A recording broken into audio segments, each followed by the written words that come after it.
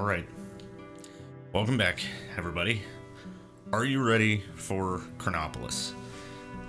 This is probably one of the coolest dungeons in the game, just because of the sheer lore. So, we're gonna go ahead and take care of these three fates, which are future, present, and past. Let's go ahead and do past first.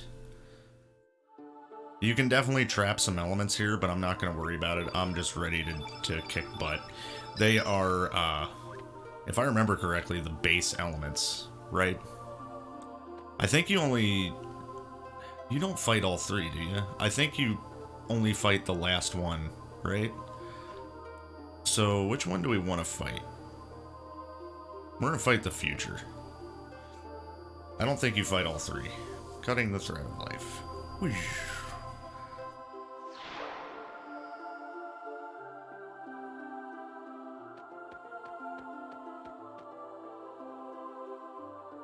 And when you find out what all of this was, how all of this was built, who built it, why it was built, it's so cool, man.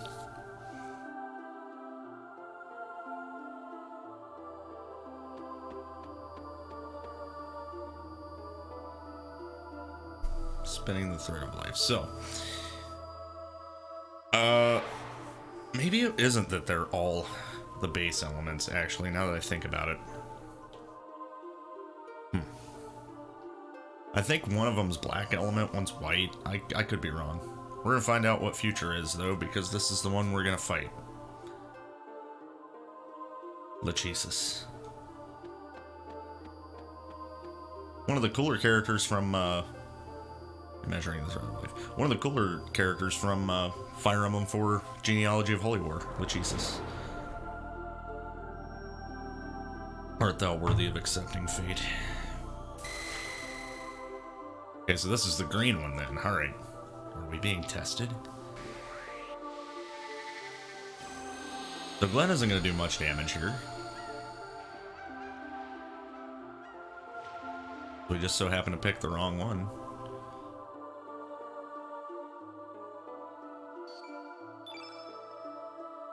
Alright, let's go. Punch it. Get hype!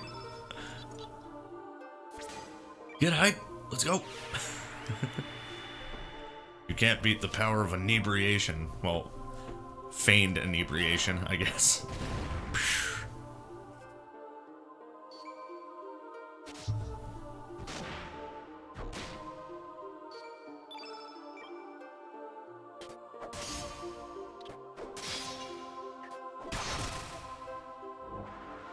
Volcano, okay. That's gonna hurt Orla. No, she's got the red plate on. She's fine.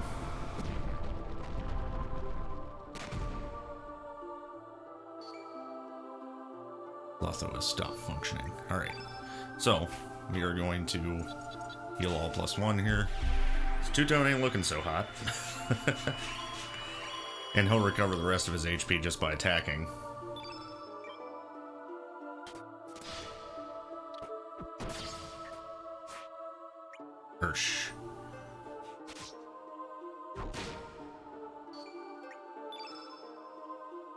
Alright, well. Let me just do some testing here. I don't think it's healed by green, but we can try with a low element. Yeah, it's healed. It's not healed by green, so we're good to use the stronger stuff. Anti-yellow? Oh no.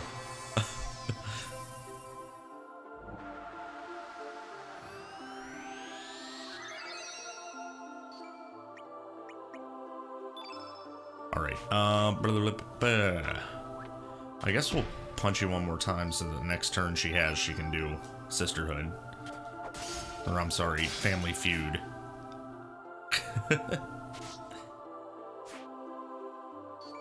Dodged it. Yeah, we're gonna strong-minded her, too. So when she does it, she'll do even more damage. Oh, wait, it's... never mind, that's M defense. Shit. What's the one I was thinking of? I don't remember. Yeah, stop curing yourself. Bye, H-Pros. Okay, so, yeah, the other two were red and blue. Got it.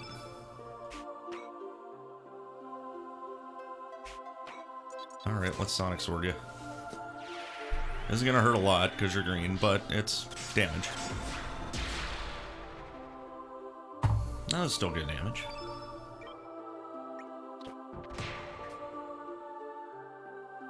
Bring it. Len doesn't care. Do your worst.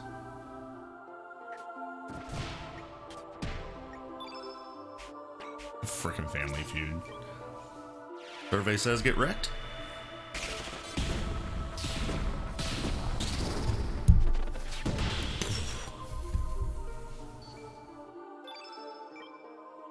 Yeah, if you didn't notice, watch Two-Tone's HP when he attacks.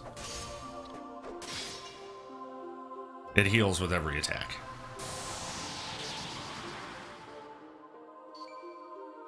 Goes Master Moon. And you are almost dead. I'm gonna hit you one more time, come back around and flying area. Unless Glenn just decides to kill you in this turn. Which is a possibility.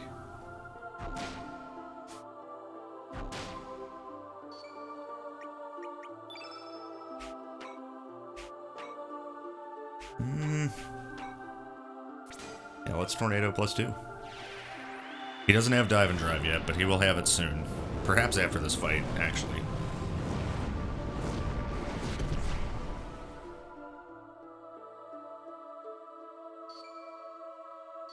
Alright, Two-Tone.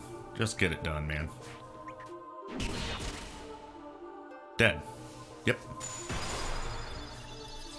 So I like how they kind of modeled these fates after a little bit of Mother Brain and a little bit of Queen Zeal. Really cool.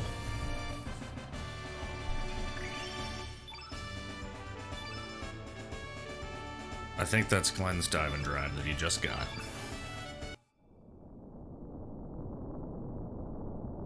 Well, this is awesome. How the barrier is just dispelled. And there she is. Man. So yeah, there's gonna be a lot of lore in here. So get ready for some reading. But it's worth it.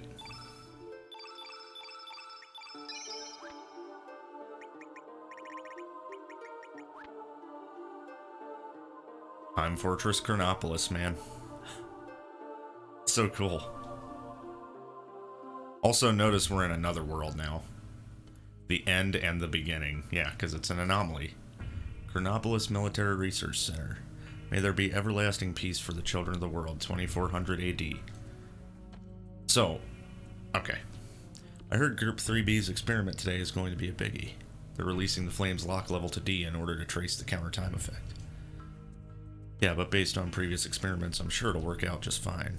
During the simulation, Fate was certain the Flame could be used as a relay to extract enough energy to counteract the anti-annihilation effect. Don't worry, it'll be a success. I hope so. So, this is a future ruin. This is a ruin from 2400 AD in the timeline of the saved future from Chrono Trigger, where Lavos is defeated in 1999 AD, as you do at the end of Chrono Trigger. This is from that timeline in that future when the world was not destroyed. Once we're done with today's experiments, we have that long-awaited 3-week vacation. I'm heading back to Xenon to spend time with my family. My daughter's birthday is coming up, you know. You're from Medina, right? Medina. I've been on this island for a year and a half now. Man, I've had enough. Aside from the man-made island with this research center, there isn't a single island in the Sea of El Nido. If we manage to produce counter-time at will, we'll only be a step away from asserting control over time itself. That's what they're attempting to do. Just hang in there a little longer. You said it. It's almost time for work. Gotta get back into work mode. Leave it in fate's hands. Don't worry, it'll succeed. So yeah, you've heard fate mentioned a lot of times. Sometimes it's capitalized, sometimes it's not. We're gonna learn why here. After we fight some cops.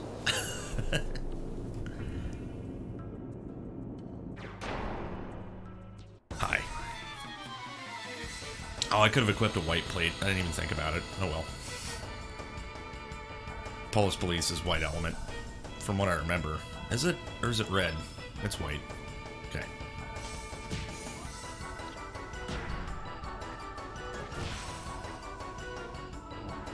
Megaton Fist. Shit hurts. Shit hurts, bro.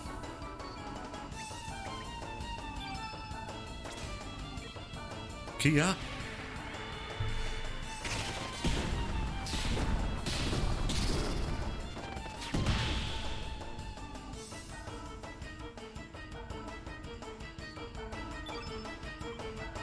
Yeah, police can definitely be dangerous.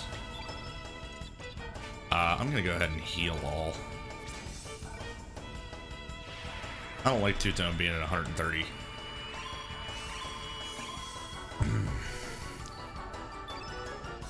Alright, Clem, let's get some damage in there, my dude.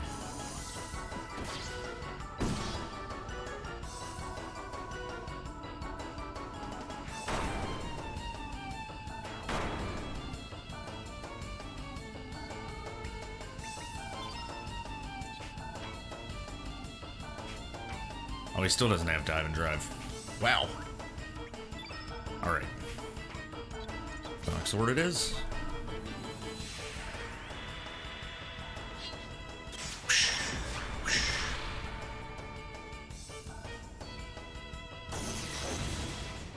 Blam. Let's go.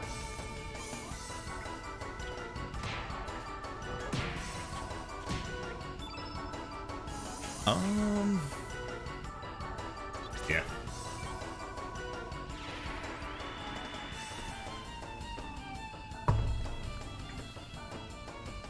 I'm not drunk, officer. Told ya.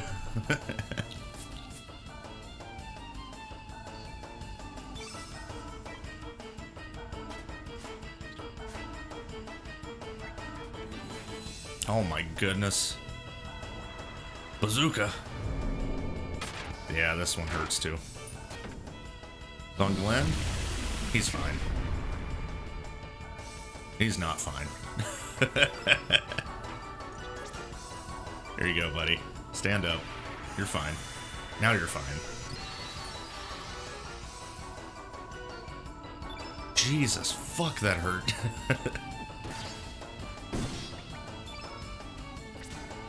Let's just go ahead and heal all.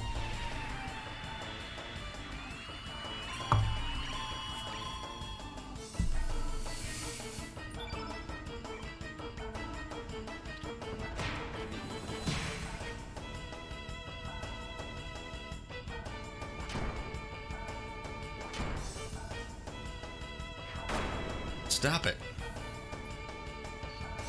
Butthole. Alright, iceberg.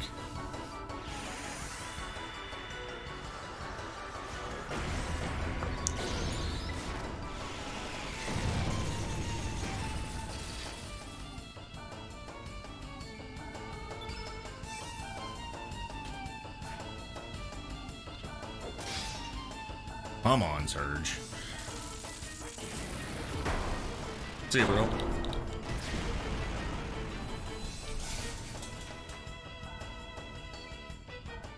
I always thought that that last explosion from him should have hurt us.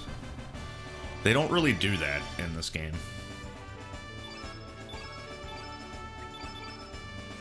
Fizz negate. There we go, we beat the police. We fought authority and we beat it. I'm gonna hit this guy. Yep. Walking trash can time.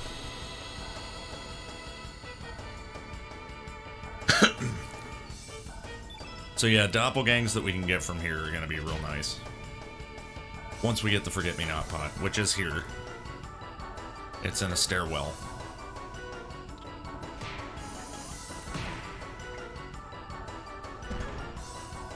So you know it's funny, like there's some pretty big parallels between like a lot of Square games, obviously, but like this one has, just like Chrono Trigger did, has really good parallels to Xenogears.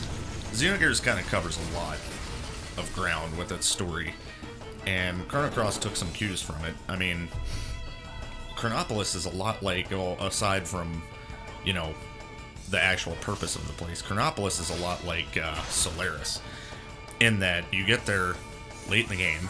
It's very technological. That's typically a trope among all RPGs, like JRPGs. A lot of the time you go through the game, and it's very medieval, and it's very this and that.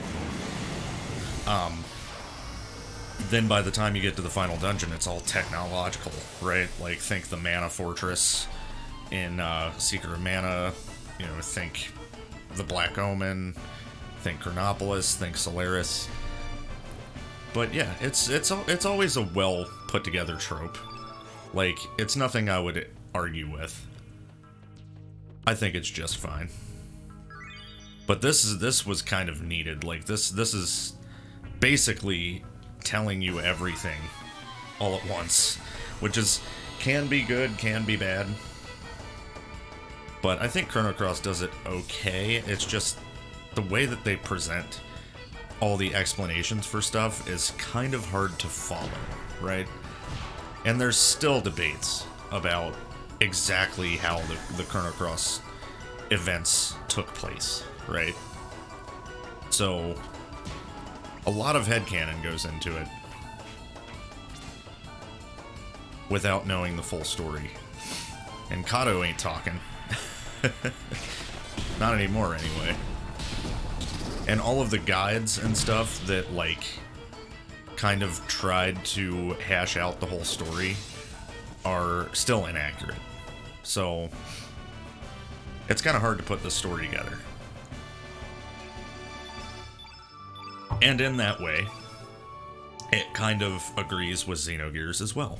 Xenogears is not a straightforward story that you can put together. You really have to pay attention. I'm gonna go out here and save now that we did that.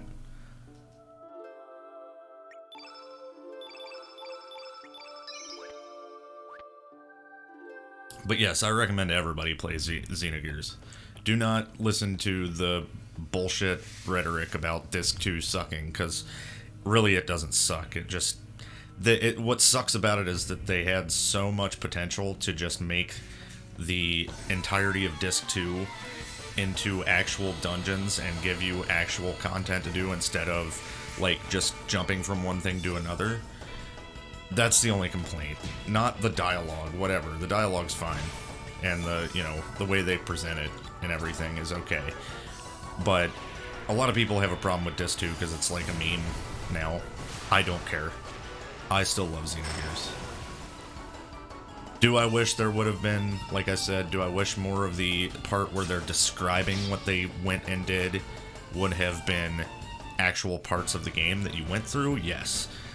Do I think that it's worthy of being memed into the ground how bad Disc 2 is? No. And we got another power seal.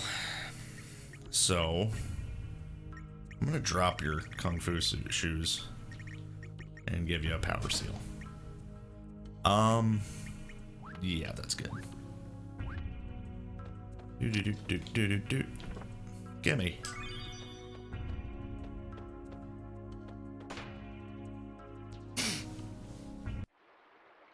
Oh, this is our robot thing. Yeah. Robo Sewer Wash. Yes. I love this little guy. He's so friggin' cool. Oh, wait, I need to go this way. Dink.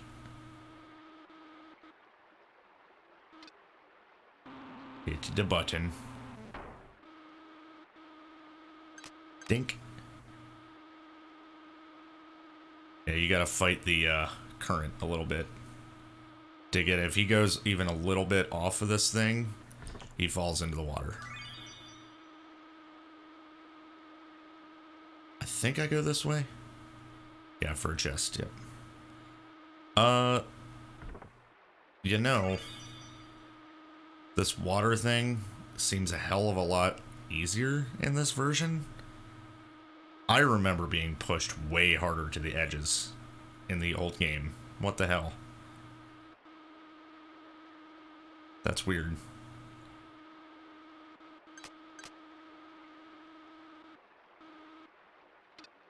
Link.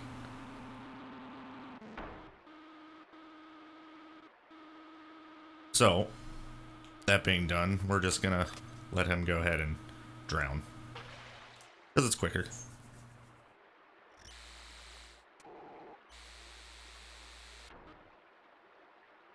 There we go.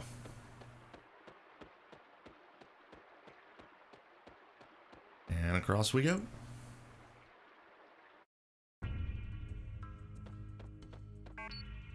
Beep. Yeah, I'll fight you. I want to fight a bunch of stuff here. For the fun of it. Got no fear.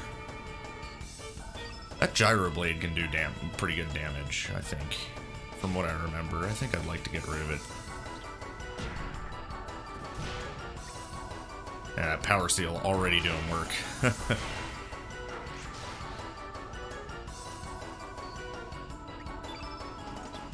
Iceberg down.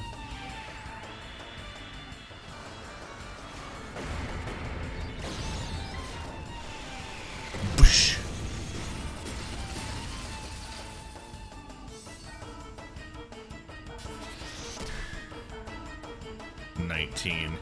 Wow. You're so strong. You know what, Glenn? Have at, dude.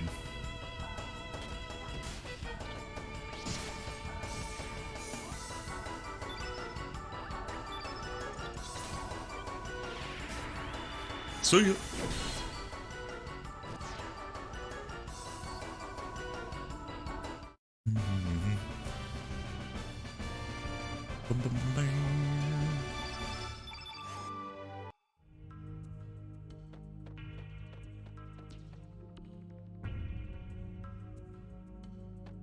Yeah, well, now we're approaching where it gets real.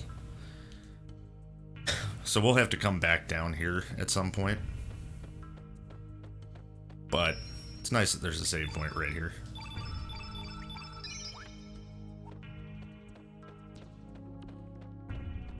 Yeah, this guy on the docks we will have to come and talk to again later.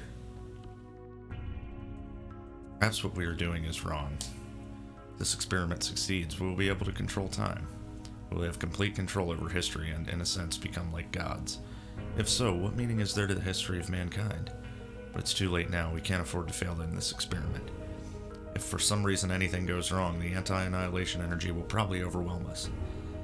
Who knows what the consequences may be? Yeah, the consequences may be that Lavos gets pissed off that you're trying to basically erase it from history.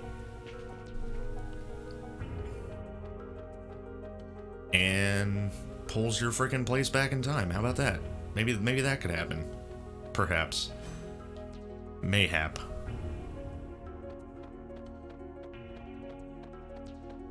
Alright, here we go. Forget-me-not pot.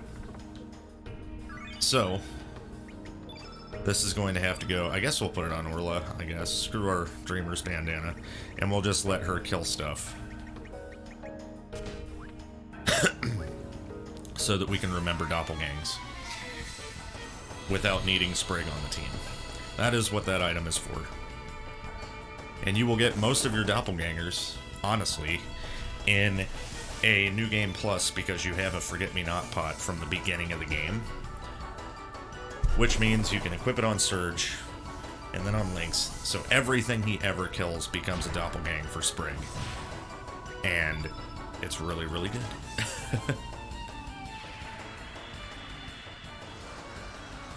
But yeah, this Forget-Me-Not pot is going to be our key to success in the Grand Slam once we leave Chronopolis.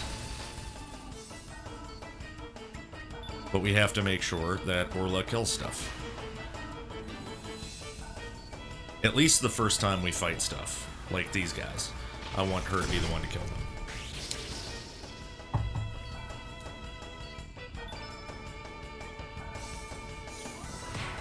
Bang.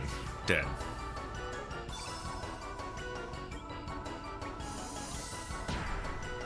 Bang. Not dead. Dead. Yeah, just simply having one of these things available for the Grand Slam can just change everything.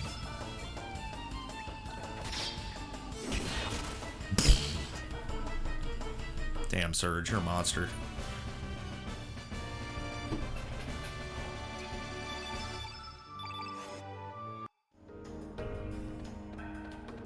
I don't remember if there's anything else we can get up here. I know there at some point we're going to be blocked off by a wall. Yeah, up there. Hello.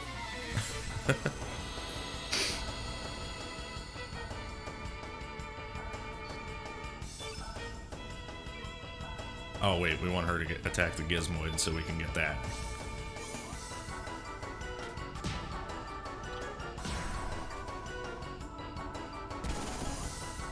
Thank you for attacking Glenn so that she doesn't lose her accuracy. There we go. As well, Iceberg again.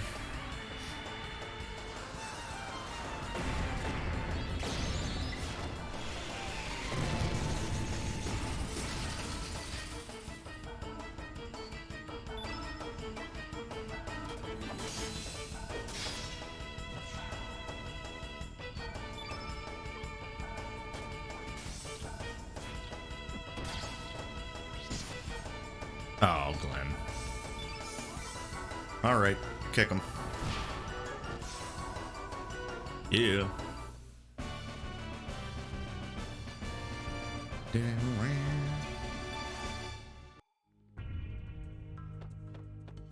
Yeah, this goes to the back end of 2F, where we end up triggering this thing to come out of the... I like how fast this is, by the way.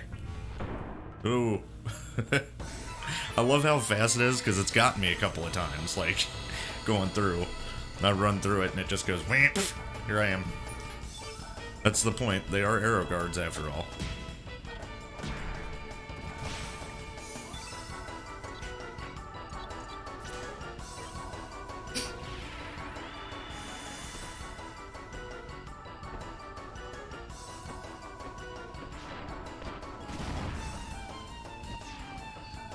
That move is so cool.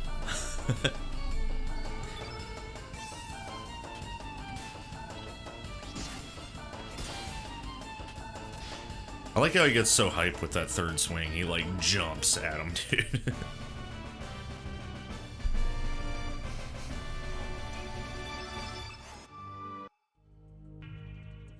Right, so this leads out to the other way that we could have got up here,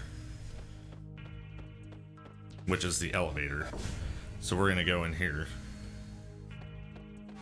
We can't go in here yet, that's right. We gotta release that lock, which requires checking out. Basically, this part of the game, they kind of make you go to every part, just so you don't miss anything. Yeah, this part's cool too, so. Talk to this dude. Faint. Originally, El Nido was nothing but ocean. The El Nido archipelago is purely artificial, created by fate. It was a remodeling plan that took place 10,000 years ago. A plan to include islands blessed with nature in the Sea of El Nido. The main island of El Nido, Earth Dragon Isle, Water Dragon Isle, Black Dragon Isle, the development of elements using the energy of the natural world, the distribution of memory terminal devices called the Records of Fate that could monitor and guide people's lives. The research center staff, who had their memories of the future erased, left the center and began a life outside amidst nature. This is how Fate's paradise came into existence. And for over 10,000 years, Fate has been watching over and guiding the descendants of the staff who left this research center.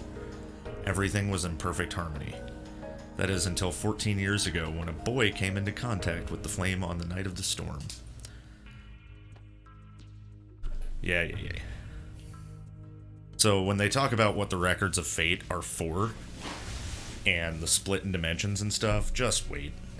It's cool.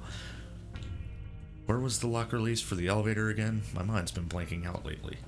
I don't know, is it the flashing button? I bet it is. By the way, I saw a boy and a flashy looking chick touching that panel.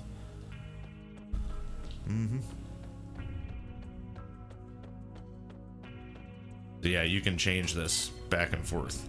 That's what it initially was. All of the islands are artificial that are here, except for Gaia's navel.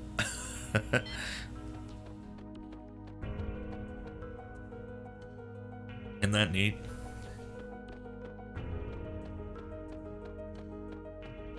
Excuse me, fellers. Now we can go in here. This is where you get Grobik's final thing, by the way. Oops. I don't remember the code for this. Your lock release code. Oh. No.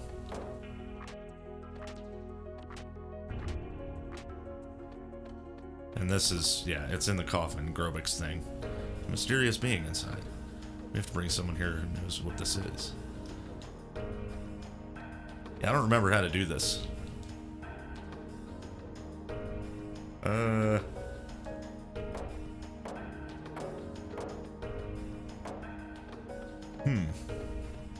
And I don't think there's a, I don't think there's a hint either.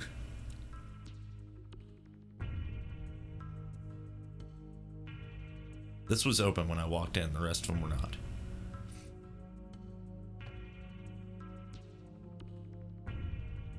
One. Two. Three. Oh, right. You can go to, okay. Got it. Well, let's try 22. Ah. Yeah, I don't remember this. I might have to think about it some. There's potentially a hint about it somewhere. I forget what you get from it, too. Let's go back to 1F here. Because this should just be the lobby, right? For walking into the elevator. Yes. Okay. So we want to go to 3F.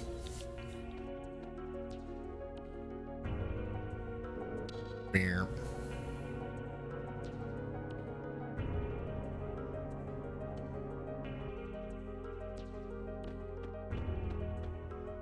This should be locked, right? No, it's open. Oh yeah, this is cool too, man. Adenine and thymine, guanine and cytosine, rhythm and melody. Perhaps the DNA of the ones who make contact with the flame is recomposed by the sound they generate within. Again, reference to how important song is. I wonder if life forms are just dreaming in an endless flow of music. So cool. How about this shit? Lavos. An extraterrestrial life form that is thought to have fallen from the heavens 65 million years ago. On the timeline that existed before history was changed, Lavos was assumed to have slept deep below the planet's surface, sleeping and consuming the planet's energy up until the day of destruction known as the Apocalypse. There are those who believe that 12,000 years ago, the legendary ancient magical civilization known as Zeal came into contact with Lavos. That fateful encounter is said to have resulted in Zeal disappearing from the surface of the planet within the space of a single night.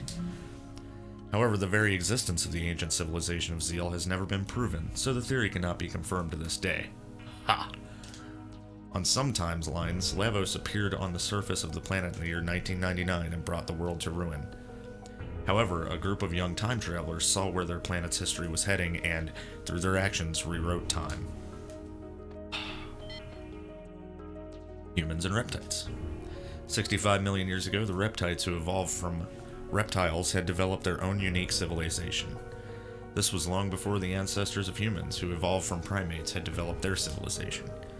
Excavations carried out on the central continent of Xenon have revealed that the reptites already had advanced architectural skills in the prehistoric era, Tyranno later. But Lavos' descent to the planet's surface and the ice age this brought about rang the death knell for the reptites and their civilization. After that, the reptites slowly disappeared from the stage of history. However, in the distant past, humans could have been defeated in the contest of evolution, and the reptites could have continued to develop. It is not unthinkable that such a timeline could exist in another dimension. Everything is purely a problem of possibilities, and the world is only stabilized by the viewpoint of the one who observes it. Yeah. That's a big fat hint, by the way, of what might be happening soon. DNA, the seeds of life. The human body is made up of 50 to 60 billion cells. Each of these cells contains genes in the form of DNA. These are the fundamental building blocks that exist inside the cell's chromosomes. They store genetic information that can be passed on from parent to child. The structure of DNA is common throughout all life, throughout all universes. Through DNA recombination, life forms take on differing forms with varying abilities. Or was like, yeah, can I punch it? Can I punch DNA? The rainbow shell. Nice.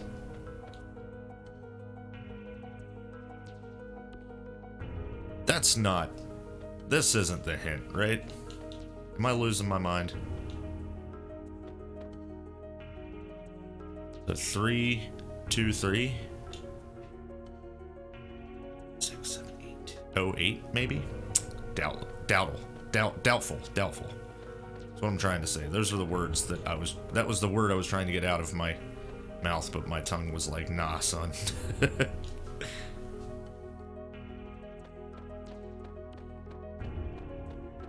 Right, Scoozy.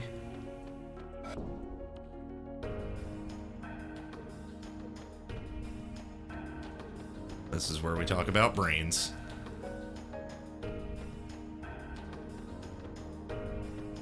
Oh, where's my button? Model of brain analysis. Model of brain evolution. Model of brain behavior. Oop. Orla. Model of lower animal brain. There we go. Oop. Memory scanning and imprinting is not that difficult a thing. As a matter of fact, it is possible to simulate the thoughts and feelings of each individual. These are all just electric signals that flow around the circuitry of the brain, after all. The vessels of flesh can now be reproduced through cloning, and the soul stored within these fleshly vessels can be simulated as well. Thus, one could even go so far as to say that death itself no longer exists. However, this comes at the cost of the destruction of the individual, the loss of variation. In which case, is there truly life where there is no death? I love this shit. We control human emotions by using neurotransmitters. That means that by manipulating the nerve transmitters inside their brains, it's possible to control the feelings and even the personalities of humans. Fate uses the records of fate to connect directly to the brains of the humans with whom they come into contact. The records of fate are manipulative. Fate not only imprints what actions the humans should take into their brains, but also rewrites their personalities and feelings. The life forms on this planet develop from single-celled microorganisms to protozoans, then from fish to amphibians, from reptiles to mammals, and eventually to humans, beginning with the cerebral neocortex, which only exists in higher mammals. The anthropod brain enlarged at an accelerating pace until it became the human brain we know. Could the reason for the abnormal development of the human brain be the biological contamination caused by Lavos? That's widely believed to be true. It then follows that humans are really a heterogeneous life form, or foreign matter, as far as the planet is concerned. The aberration. Humans are a sudden mutation caused by the contact with Lavos, an alien life form that fell to this planet from space.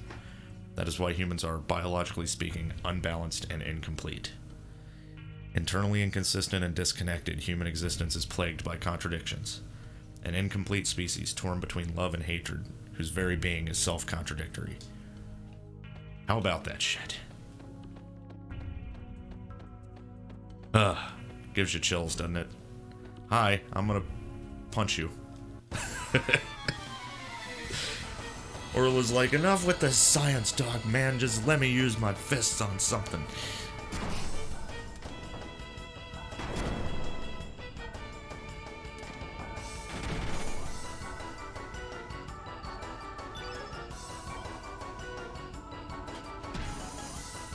Yeah, I've always loved the idea of medieval type characters and stuff winding up in places like this. It's just so cool. It's like they are obviously not supposed to be here. They don't really know what the hell's going on, but they're reacting to it as humans would react to it. It's just neat. Like, a lot of the time, in storytelling, rather than creating a strange place that's, like, just strange on its own to anyone, creating a place that is from, like, an era that we know of, right? Like, in such a way as doing, like, okay, the computer that I'm playing this on right now, showing it to someone from the 1930s, and it being so strange to them that it feels like magic or sorcery or a different world, right? That's the kind of shit that I really like. Like, these characters are from 1015. Do you really think they can really comprehend what's going on here? No, the only reason they can comprehend it is because we comprehend it playing the game. That's so cool. And some characters are just in the know, right? Despite being from this era.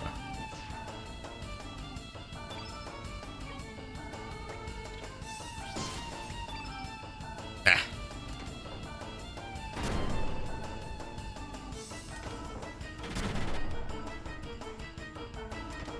Uh-oh. Leave him alone. We're gonna heal all +2.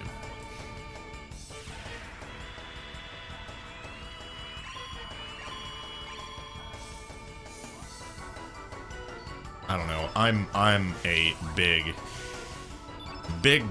fan of lore in games like this. I just can't help myself. It's just so interesting. It's the whole reason why there's all those videos I've made of Chrono theories, right? And just going over some of the stuff that, just piques your interest and makes you want to think more about a game a way long time after you've played it, Things like that sticking with you is awesome. That just means a game's story is good.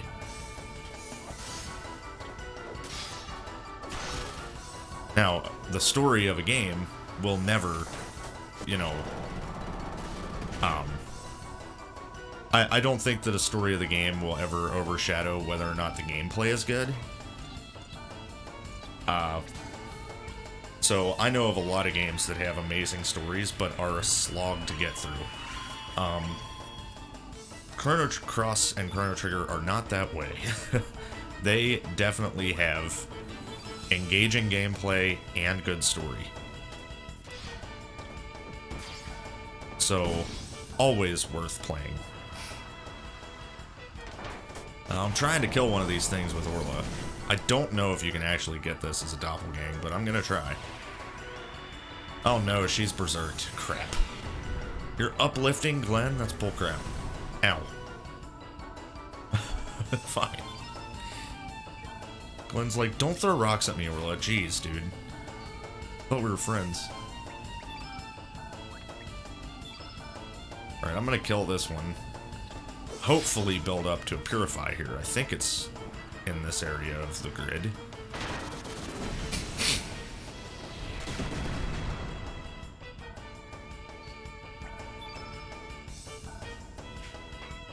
Nope. I'm a liar. Yeah. Okay, Orla's not going to be able to kill it then.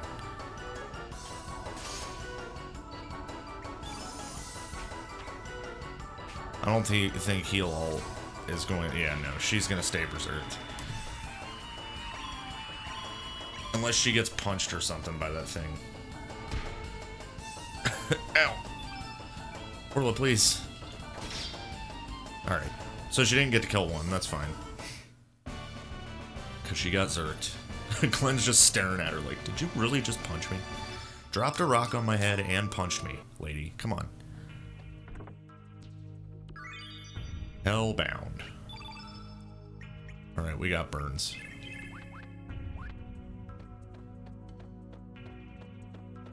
But yeah, you can't tell me running through here and talking to these guys didn't, like, blow your mind the first time you played. Like, holy shit, they are covering some deep stuff. And, like, referencing Chrono Trigger really hard now, and it's like, they're just going for it. Yeah, we were already in here. We need to go up to the 4th floor. Excuse me, pardon me.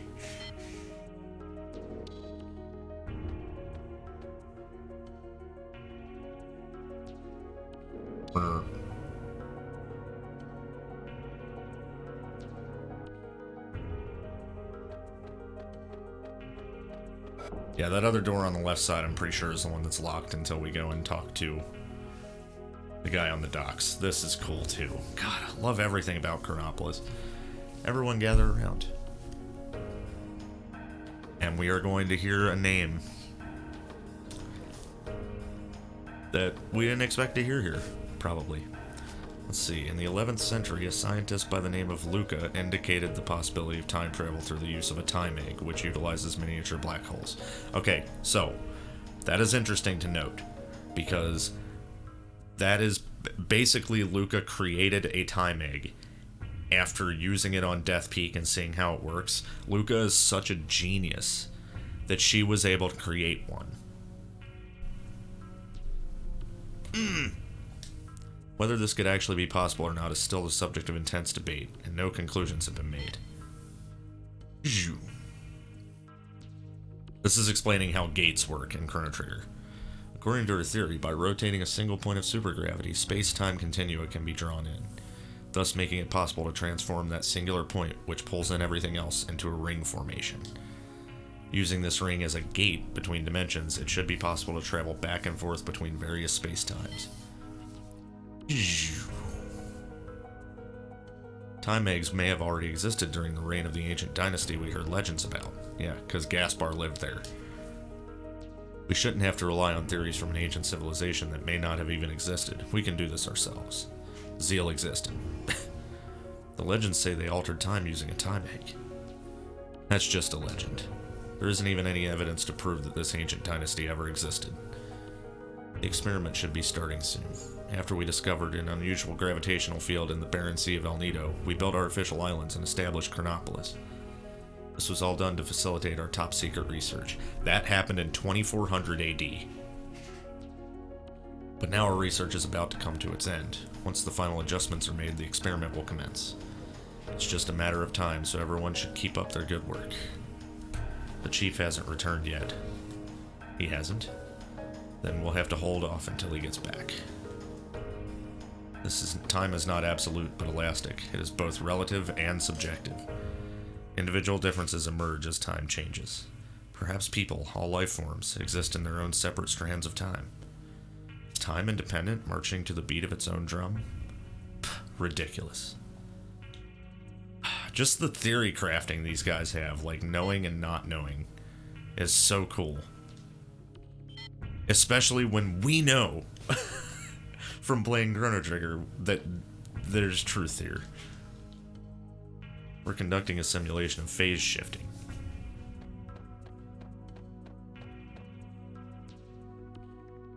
This institution was established under the utmost secrecy by the central government.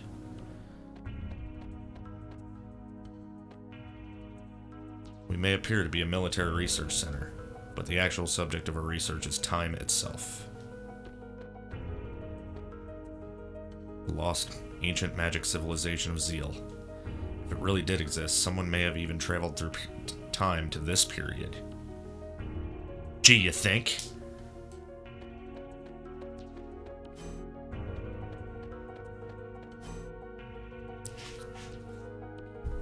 maybe even perhaps the person who told you, who facilitated the building of this place, maybe? Gee, I wonder. Could be. Chief said he was going out for a walk. He's probably by the docks somewhere, gazing out to sea. Well, thanks for interrupting my conversation there, Mr. Gizmoid.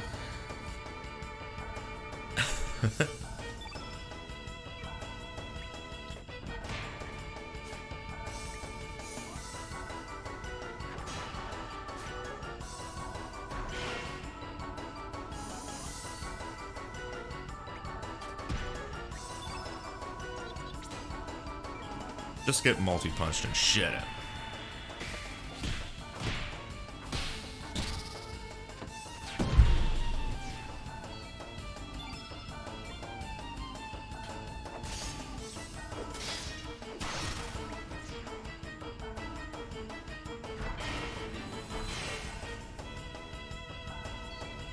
Alright, Luminaire time.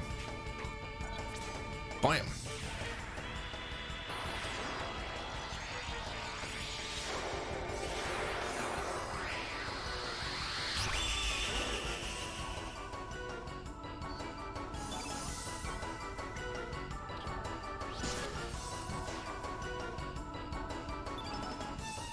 I got one of these, right? With Orla? I don't know, I guess we'll kill it with her just to make sure.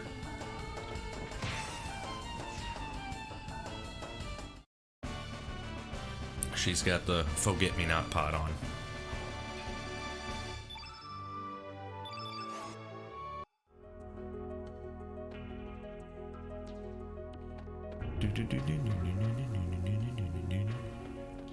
Yeah, that's all you had to do there. You don't really have to talk to that guy, but... So when we go over to the left, you mother... Pfeiffer.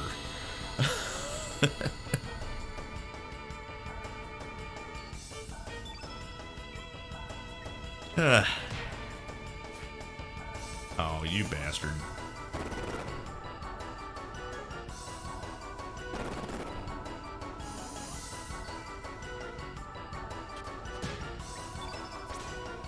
Oop, graviton. Oh. The more enemies on screen, the less responsive the movement through the element grid is. If you can imagine. That is one thing I will say. Again, I've said it before in this playthrough. That was the thing in the original PS1 version, too. It's a little more exacerbated in this version, I will say. Just the delay on button presses and stuff, the input delay. That could also be because I'm playing it on computer, but, I mean, probably not, because there's instant response on most games I play on here. So yeah, I think the act of porting this game caused a little bit more of that, and maybe they should have spent some time mitigating it, but it's alright. I just wish they hadn't taken liberties with, like, renaming stuff. That's my biggest complaint. That and screwing up frickin' the top of Fort Dragonia. Experiment will begin soon. Please withdraw to your designated position. We'll do the same in case of an emergency. These guys... I swear. So the cool thing is you can always come back to Chronopolis. This does not disappear on us. In fact, you have to come back here eventually.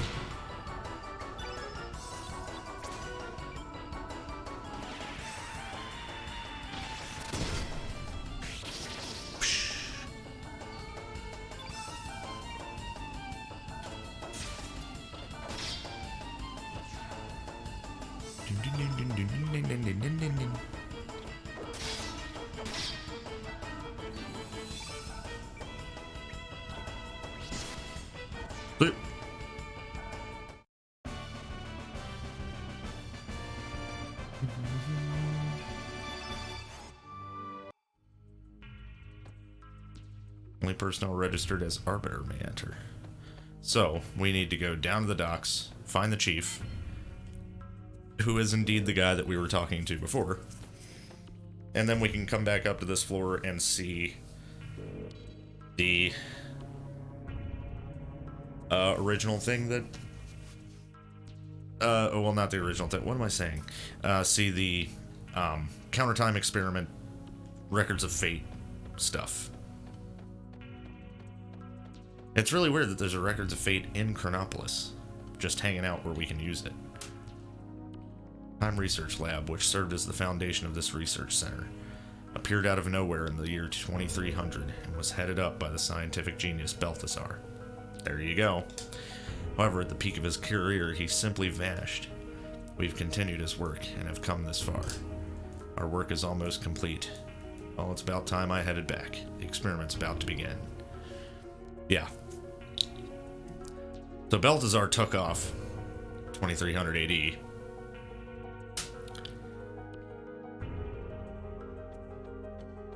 In a probably neo-epoch to this time period. When I say this time period, I mean 1015 AD. It's very complicated. Let's just put it that way. Alright, before I go back up there, I'm gonna go get a drink. I'll be right back. Up to floor 4.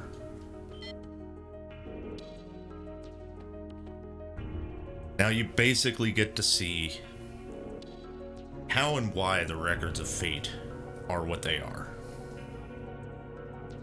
And you get to learn a little bit more about some of the characters in Arnie.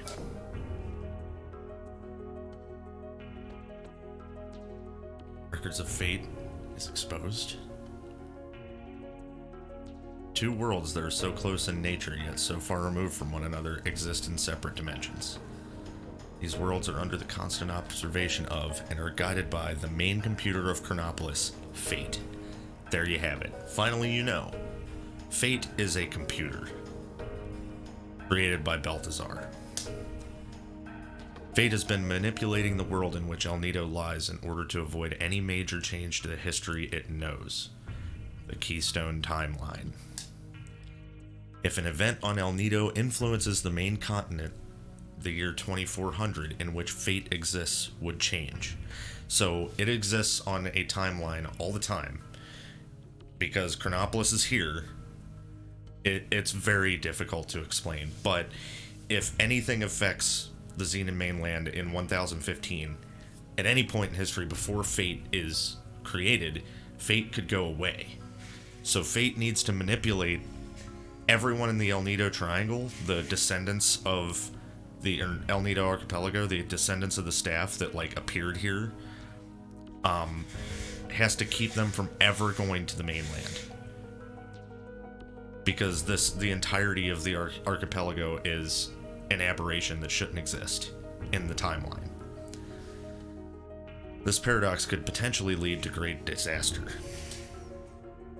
The Records of Fate, Fate's terminals, collect data from around the world and input guidance directly into the minds of its users. In this covert manner, Fate is able to control the lives of people without them knowing. Guided by Fate, the people of El Nido lead harmonious lives. In a sense, they are nothing more than puppets of Fate.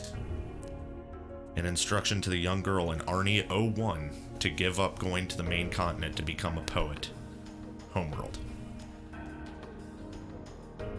Or, I'm sorry, another world.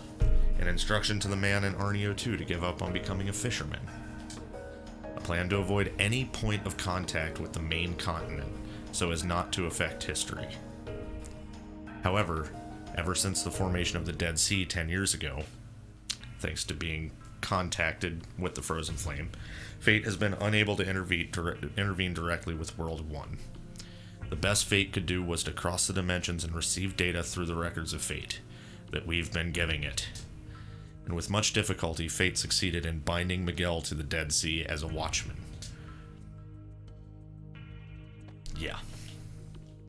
This is the observation room. This is where we observe the two parallel worlds. About that shit. I'm getting a text, hang on. Cool. The main computer of Chronopolis is called Fate.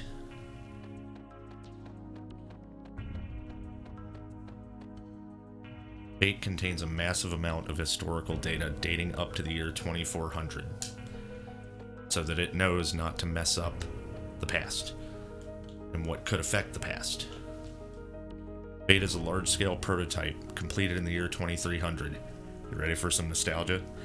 It integrated the old mother brain computer circuitry into a more powerful supercomputer. Yes, it used the circuitry of the mother brain that had the became autonomous and decided it should destroy the human race to create a nation of steel. Yeah, that was not smart, and Balthazar is a crazy person. But we knew that already.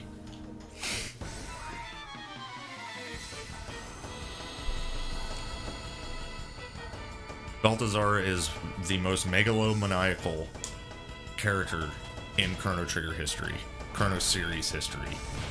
It's his fault that all of this happened. I'm defending because I want Orla to sisterhood this guy. I don't know if that will mean that she kills it, but it's going to be a lot of damage because he's a red and 8. The other two are zerked. Let's go, Tia. No, that's not dead. Oh, they're not zerked. They're burned. Okay. Orla? Okay, you're not getting hit. I need you to kill this thing, because I don't know if we can get it as a doppelganger or not. There you go. Word.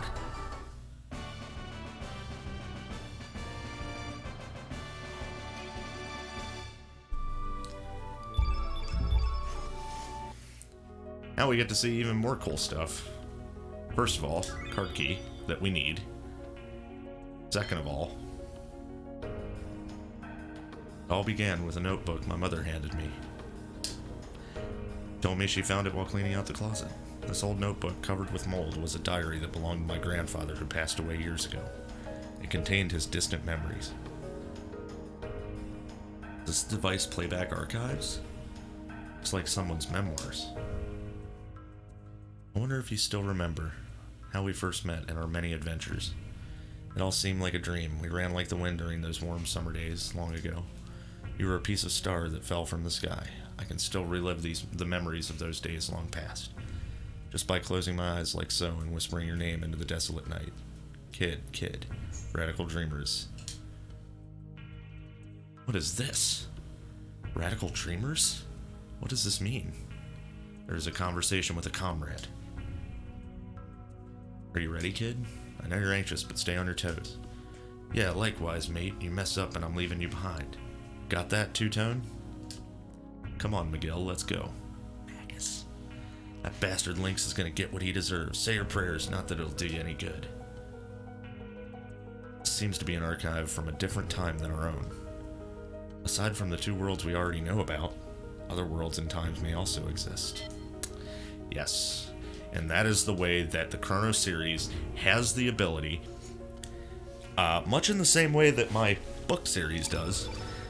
When time travel is involved, it is open-ended forever. Because you can take the characters that exist in every timeline and create different fates for them and different things they have to deal with just based upon there being different dimensions and worlds and timelines. It's a trope that's been used for a long time. Think, X-Men, stuff like that. The What If comic books that are technically different dimensions and things. Just all kinds of things that you can do. Just because you have involved the mechanism of time travel and dimensional travel into your narrative. You've woven it into it. So, that being said, that is why it is a double-edged sword. Using time travel as a storytelling mechanic, as a mechanic in any, art medium, right? One, it does allow you many open-ended options on how to write and how to affect events and things. On the other hand, it complicates things a lot, and you have to be very consistent in your writing to not make mistakes and not create plot holes and not create obvious glaring plot holes and things. Chrono Cross, sadly enough, failed to do so. It did a great job of trying not to, but it did create some ding-dang plot holes that, you know, if you ran over them on the road, your car would explode. And it's almost inevitable, to the point where you have to create a perception of time travel in your storytelling that allows for plot holes. And that's also very difficult. So this is why I think it is, one, the best storytelling mechanic, like fantasy, science fiction mechanic, because it's so open-ended, and two, the reason it's the best is because it takes the most skill, the most attention to detail throughout your writing, especially if you have like a long series that involves it, to not contradict yourself and to avoid plot holes and things like that. So it's very, very fun. More than anything else, it's really fun to go through and be like, okay, well, I'd like to do this for my story, but because this happens, this part of this can't be this. The only way it could be this is if I made the type of time travel, dimensional travel, what have you, allow for it. But then when you make that allow for it, it has to allow for other things that it didn't before. It's so difficult, but so endlessly fun to do. So, regardless, that rant over with. I need to make sure that you have a black plate equipped. Bang. You don't need a red plate. You need something, yeah, strong to actually, you should probably, yeah, stone mail's fine. Stone mail is also fine here. Okay.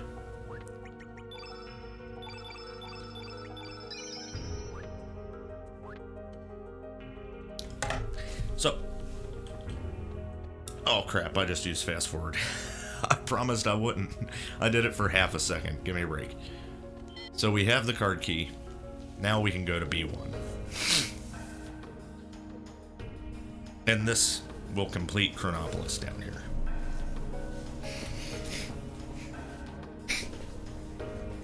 And we gotta beat one of these guys.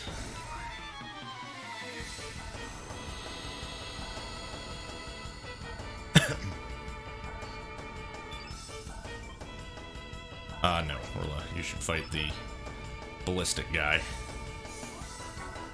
Because he is Redinate, and you can actually kill him if you get up to Sisterhood.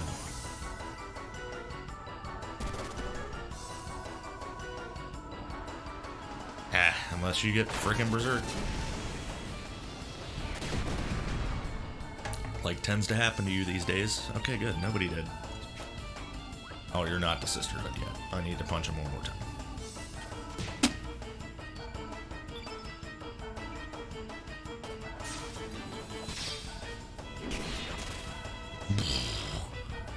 That damage, though.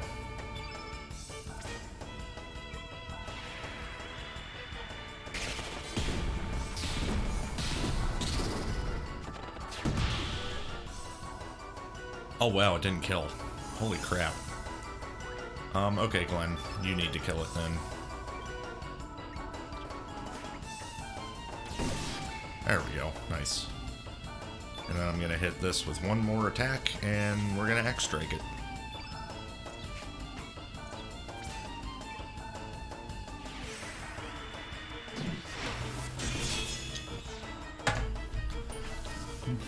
Holy shit! 2104, dude! God damn. Holy fuck. That's some damage. Oh, man. Okay, so, first of all, just make sure we're at full health here. Second of all, put you in front. Fingerprint and retina scan required. Project Kid is also where it gets complicated. Please step inside the circle and hold up your left hand.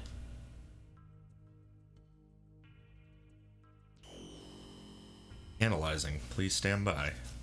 Analysis complete. Fingerprints, retina, and C-class DNA all clear.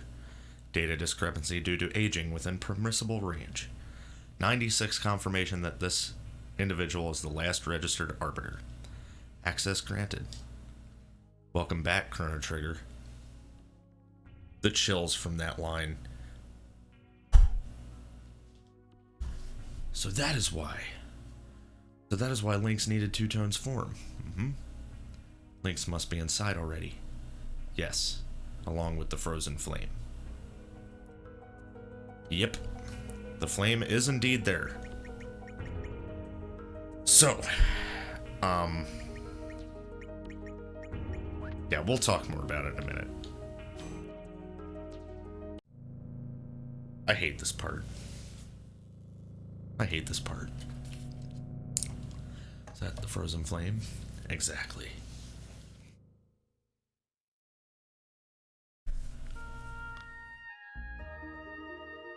I hate this part. The hearer of people's prayers, provider of riches, fame, and power, bestower of eternal life, the promiser of peace and happiness. This is the essence of what descended from the heavens in the prehistoric age. The living crimson stone, the frozen flame. It's a splinter of Lavos' shell, I know. Lynx, what took you so long? You had me worried. Worried that you might have perished on the way here. You alright? It's no use. I put her soul to sleep. I had to remove any potential obstacle from us having this talk. Who are you? What are you after? You still don't know? I am the human incarnation of Fate, the living interface of the Fate computer system. Or put simply, I too am Fate.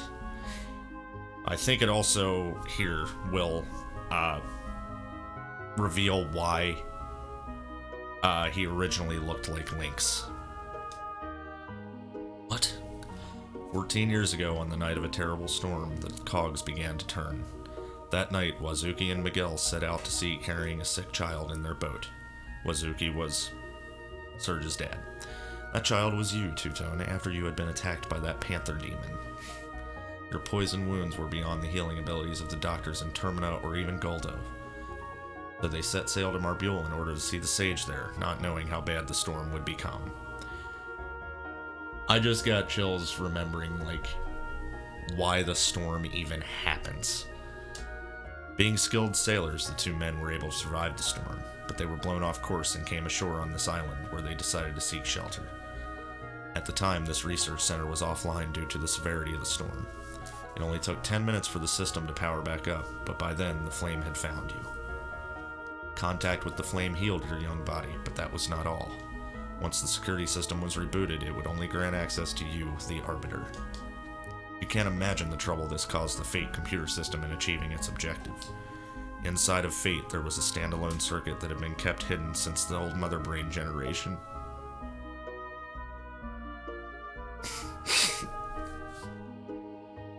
The circuit was designed to start a malfunction, or more precisely, a rebellion. Who would have thought that such a small bug, a traitor, could exist inside of Fate? Because Luca's the shit? That hidden circuit was based on the initial Ash-Tier model circuit board, with extra logic added by another scientist. Fate itself did not realize this circuit was present within the core of its system, or more correctly, the circuit was programmed so that the moment Fate did detect it, it would erase all record of its detection. Dr. Luca Ash-Tier. Unbelievably intelligent and incredibly enthusiastic. You might even go as far as to call her a mad scientist. Oh yeah, you would. Of course, I don't think it was she who implemented her theory. This was most likely the work of Balthazar, the first curator of the research center. Bring out the traitor, bring out Prometheus. You guys know who the fuck Prometheus is. When I saw the name the first time I played, I'm like, you've got to be shitting me, right?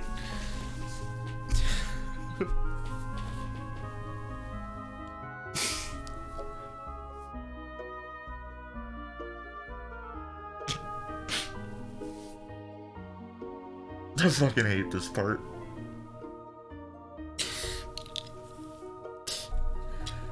You have finally released me. Welcome back, so you're the real Two-Tone. I've waited a long time for you. I'm glad you made it in time. Two-Tone, I beg you, please bring an end to the enmity between Fate and the dragons.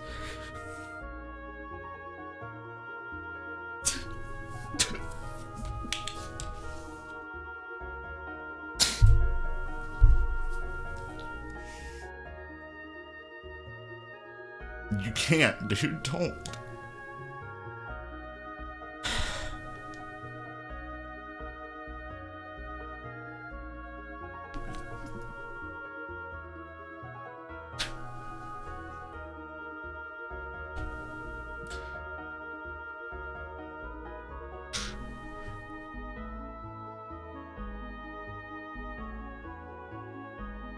I can't wait to fucking kill you. So if you haven't picked up what just happened, Fate just killed Robo. So now we're gonna kill Fate.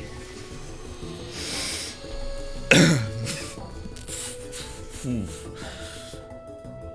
Whew.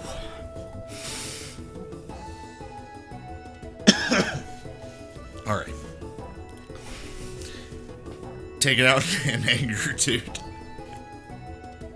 Take it out in anger.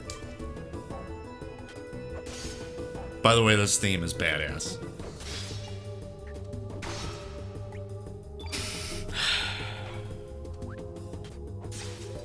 Two-Tone has a black plate on, because this thing does black element stuff.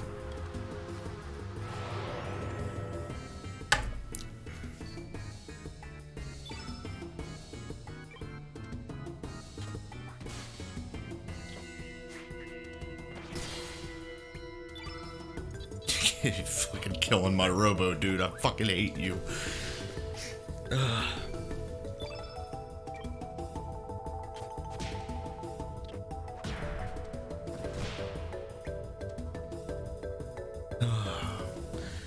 Oh, gravity blow. Oh, it's doing graviton. I was gonna say, when this thing does gravity blow, it looks like they designed gravity blow for this character, for this enemy to use. Just how perfect it lines up. I'm building everyone's elements up. I am going to magnify with Two-Tone because I want to get rid of diminish. It's a pain in the ass.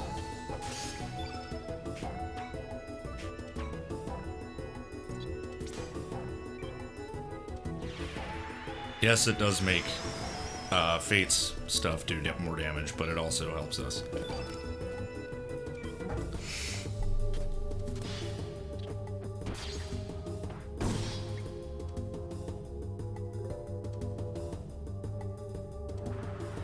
Heat ray, okay.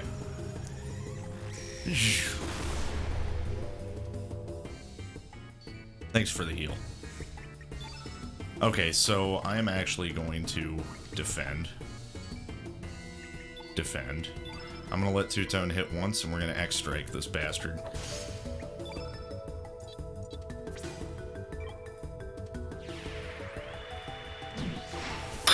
Take some damage. Frickin' asshole.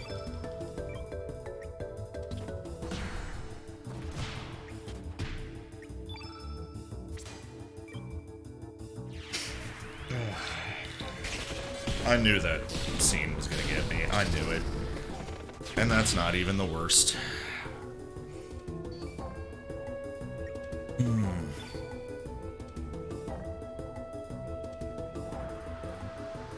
Free fall. Thanks for the heal again. Wee.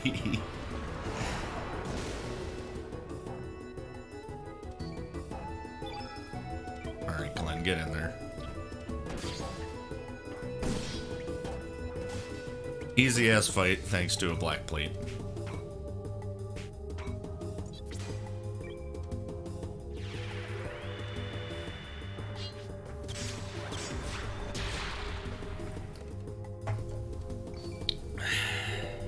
Alright, Tone.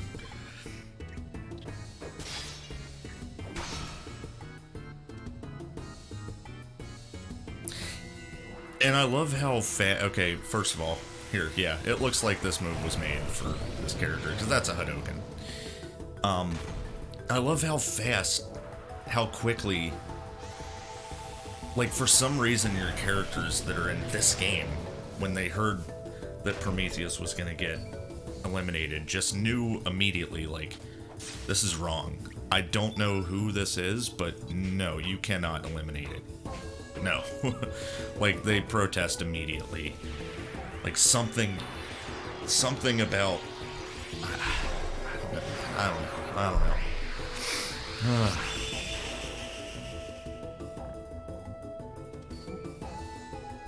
That's it. Get out of here. Fuck you. I don't care. I don't care that the dragons wanted me to do this, alright? You killed my friend.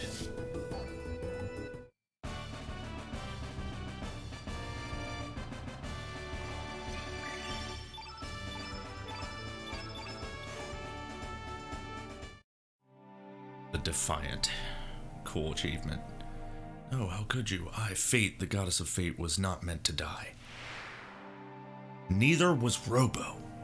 So fuck you. Where in blazes am I? Uton, what happened to me? That's it. Been a while since we seen Kid, huh?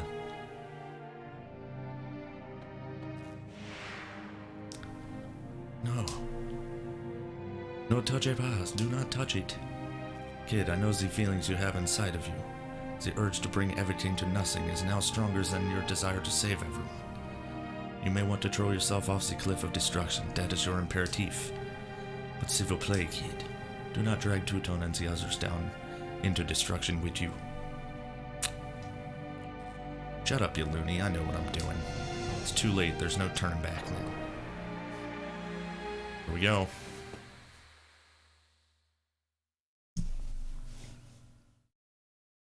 Arl.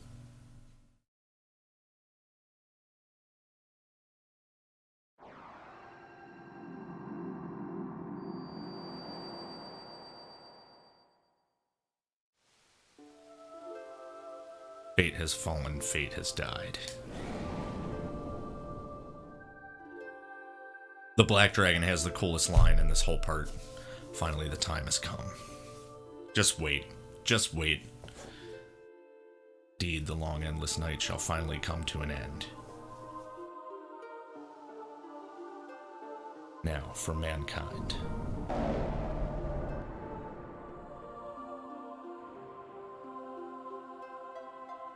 I shall make you bleed. He's so cool, man. Feel a million years of this planet's agony, pain, and suffering. This twist is really, really cool, by the way. And the more you parse it, the cooler it gets. And this scene is bad as fuck. Well, both scenes coming up here.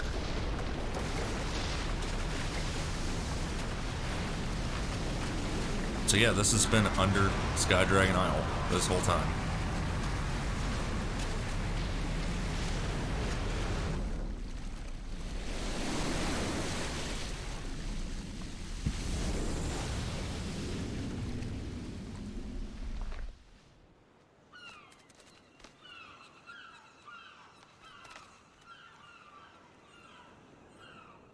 That's one hell of a final dungeon, too, by the way.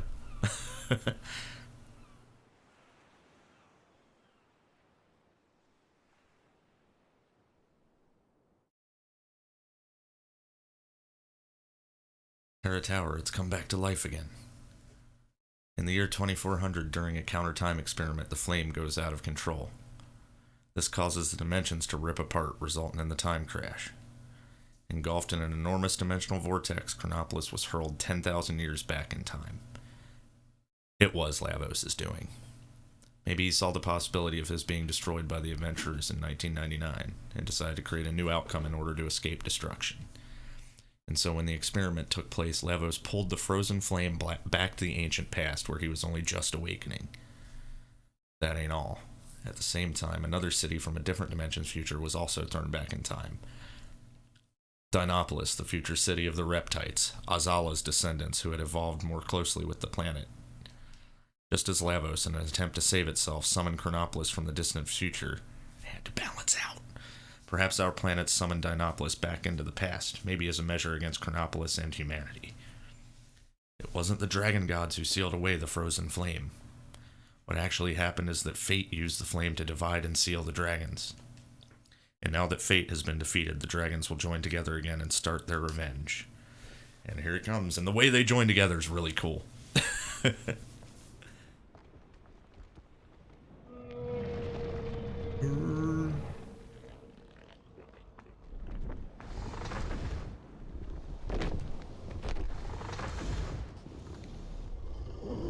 Leave it to the green dragon to get hungry first, by the way.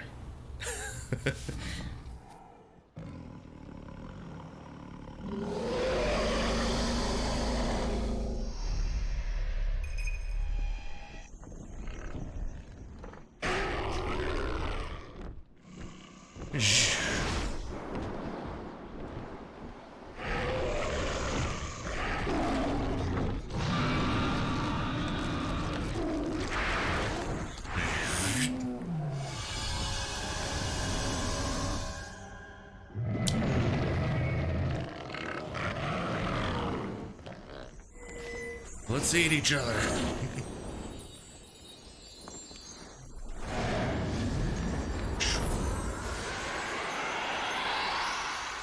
And what happens when they eat each other?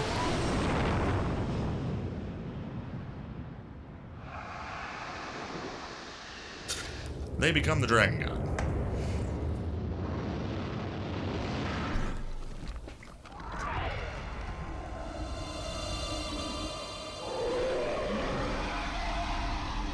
And now Harl has to leave too. She's no longer allowed to be our friend. I feared it would come to this. I didn't want to have to fight with you if it could have been avoided. Adieu, Tudon, adieu. Bye, Harl. That's sad. She's a fun character.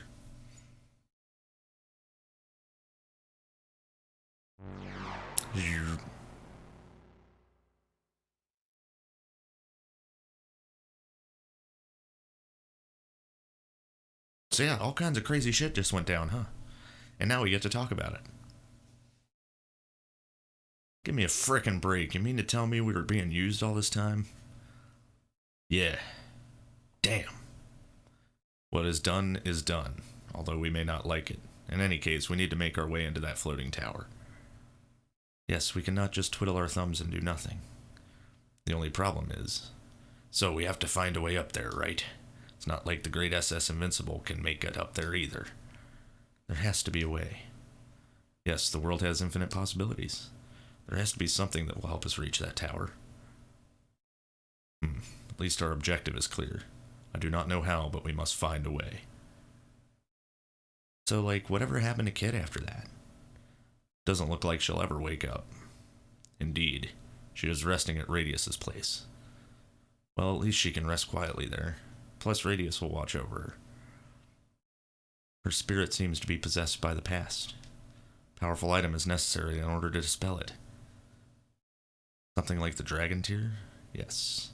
No use just moping around here. Indeed, we have much to do. However, time will not wait. And we have to take action. Let's shove off, mateys. Yeah! Okay, so... that is going to be the end of this episode. Chronopolis is right there. We've got Terra Tower hanging over here. The only way to get up there is we have to go and get parts from Starkey's ship, of course. We can also go and talk to Kid at Hermit's Hideout, which we are definitely going to do at the beginning of the next episode. And it's going to be way, way, way emotional for me. Regardless, that's the end of this one, guys. We are very close to the end of the game. We have the scene with Kid, the Grand Slam, and Terra Tower, and that's pretty much it. So, thank you guys for watching, as always, and I will see y'all next time. Peace.